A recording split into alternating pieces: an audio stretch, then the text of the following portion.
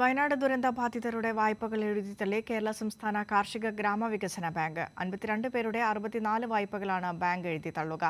സർക്കാരിന്റെ അനുമതി ലഭിച്ചാൽ നടപടിക്രമങ്ങൾ ഒരു മാസത്തിനകം പൂർത്തിയാകും. അതിജീവനത്തിന്റെ പാതയിലാണ് വയനാട്. ഉരുൾപൊട്ടൽ നാശം വിതച്ച മുണ്ടക്കൈ, ചൂരൽമല പ്രദേശങ്ങളിലെ 52 പേരുടെ 64 വായ്പകളാണ് കേരള കാർഷിക ഗ്രാമവികസന ബാങ്ക് എഴുതിത്തള്ളുക.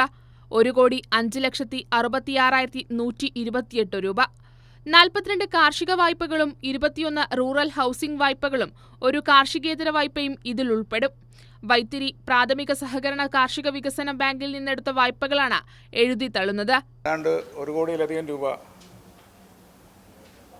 കർഷകർക്ക് ഈടാക്കാൻ പറ്റാത്ത രീതിയിൽ, അവർക്ക് തിരിച്ചടവ് നടക്കാൻ പറ്റാത്ത രീതിയിൽ നഷ്ടപ്പെട്ട സാഹചര്യത്തിൽ ആ വായ്പകൾ മുഴുവൻ എഴുതിത്തള്ളാൻ തീരുമാനിച്ചിരിക്കുകയാണ്. അത് കാർഷിക വായ്പയും വീട് വയ്ക്കാനുള്ള വായ്പയും കാർഷിക ഇതര വായ്പ ഉൾപ്പെടെ മുഴുവൻ വായ്പകളും ആ മുണ്ടക്കയും ചൂരൽമലയുള്ള ഉൾപ്പെടെയുള്ള പ്രദേശത്ത്, അതായത് അഫക്റ്റഡ് ഏരിയയിലുള്ള മുഴുവൻ വായ്പയും എഴുതിത്തള്ളാനാണ് ഭരണസമിതി തീരുമാനിച്ചിരിക്കുന്നത്. ബാങ്ക് ജീവനക്കാരിൽ നിന്ന് ഒരു ദിവസത്തെ വേതനം സമാഹരിച്ച് ബാങ്ക് അംഗങ്ങളായ ദുരിതബാധിതർക്ക് ധനസഹായമായി നൽകാനും തീരുമാനിച്ചിട്ടുണ്ട്. ഇതിനൊപ്പം 50 ലക്ഷം രൂപ മുഖ്യമന്ത്രിയുടെ ദുരിതാശ്വാസ നിധിയിലേക്ക് കൈമാറുകയും ചെയ്തു.